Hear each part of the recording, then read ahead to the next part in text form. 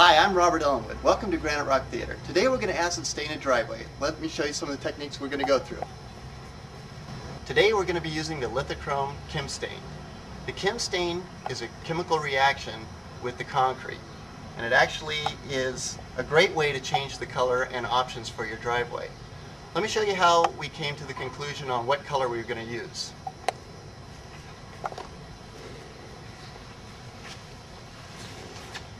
We took an ordinary parking bumper and we were able to use this as our test pattern. We took several different colors and different type of applications and we tried them out in different variations. The homeowner decided that they liked the amber as their first choice, so that's the color we're going to be using. We then did a second test. The customer chose amber in a single application. So let me show you some of the tools and materials we need in order to apply that.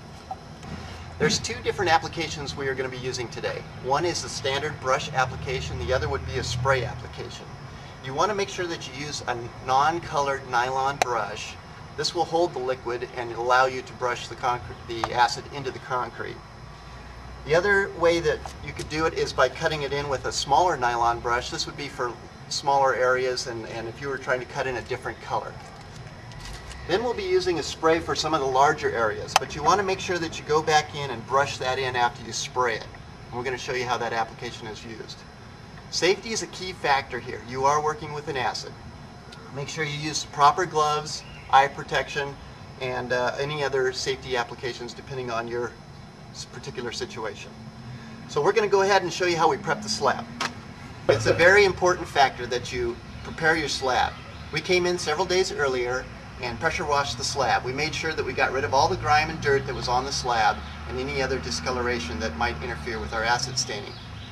Another way to neutralize the slab, or if you get acid stain on you, is to use baking soda. We'll be showing you at the end of the show how to neutralize your slab after we apply the acid.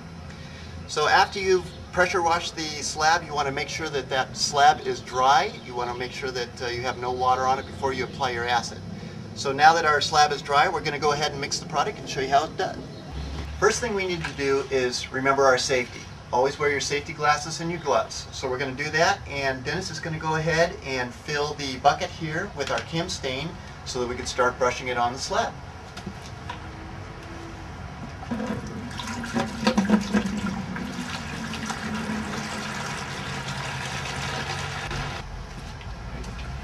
Now we're ready to apply the chem stain.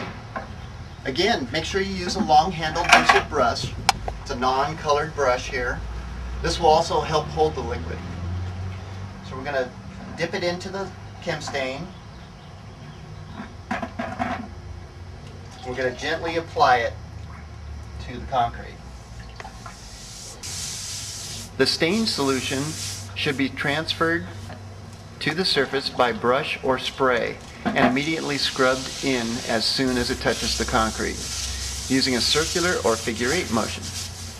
Keep the brush in constant contact with the surface and in continuous motion.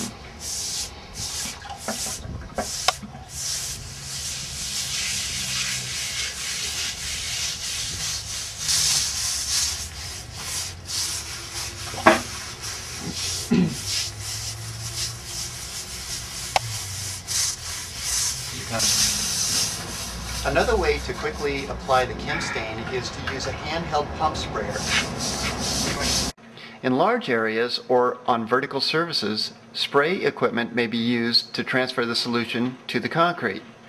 Working as a team, one person should spray the stain solution evenly a few inches ahead of the brush while the second person scrubs it into the surface. The stain solution should be gradually spread until all fizzing action ceases. Now we're going to neutralize the chemical. What we're going to do is add 1 part baking soda to 5 parts water, and then mix it up really well and add it to your spray rig. And we'll do that right now.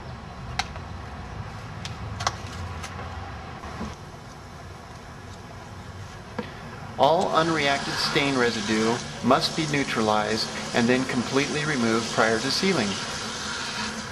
The solution should be applied until it stops fizzing. So here we have the finished product. Our slab has been neutralized, the color is now set, and the homeowner is happy with the way it's set. Now they have the option of adding a penetrating sealer or a high gloss sealer, and that's just up to the individual. So thanks again for joining us on another Graniterock Theater. I'm Robert Ellenwood, and we'll see you next time.